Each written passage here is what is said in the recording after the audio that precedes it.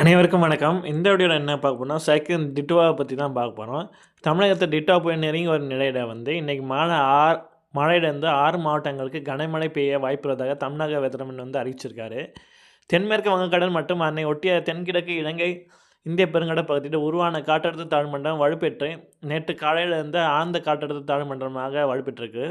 வடக்கு வடமேற்கு திசை நகர்ந்து தென்மேற்கு வங்கக்கடல் மற்றும் அதனை ஒட்டிய இலங்கை பகுதிகளில் டிட்டோவா புயலாக வலுப்பெற்றது. இந்த புயல் வடக்கு வடமேற்கு திசையில் நகர்ந்து தென்மேற்கு வங்கக்கடல் பகுதியில் வட தமிழகம், புதுவை மற்றும் அதனை ஒட்டிய தெற்கு ஆந்திர கடலோர பகுதியை நோக்கி நகரக்கூடும் என வானிலை மையம் தெரிவித்துள்ளது.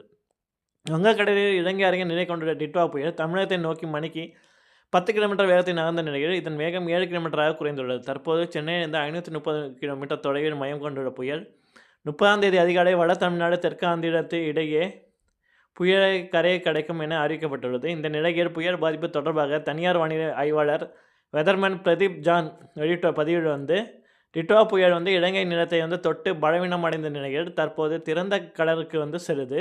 அதனால் டிட்டோவா புயல் இலங்கையின் மலைப்பகுதிகளில் சென்று மிகவும் பலவீனம் அடைந்துள்ளது. மீண்டும் திறந்த கடலுக்கு சென்றவுடன் இது மீண்டும் வலுப்பெற முயற்சிக்கும் என எதிர்பார்க்கப்படுவதாக கூறியுள்ளார்.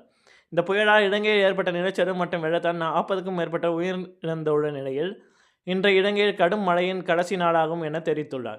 அடுத்த 24 மணி நேரத்தில் தூத்துக்குடி, ராமநாதபுரம், நாகை, தஞ்சாவூர், புதுக்கோட்டை, அதன் அருகிலுள்ள பகுதிகளில் மற்றும் திருவாரூர் மாவட்டத்தில் கனமழை பெய்ய வாய்ப்புள்ளதாக கூறியுள்ளார். மேலும் அதிக கனமழை, அதிக தீவிர மழை பெய்ய வாய்ப்பு இல்லை என்றும் தமிழக வெதர்மேன் குறிப்பிட்டுள்ளார். நீங்கள் என்ன நினைக்கிறீங்க? கமெண்ட் பண்ணுங்கள்.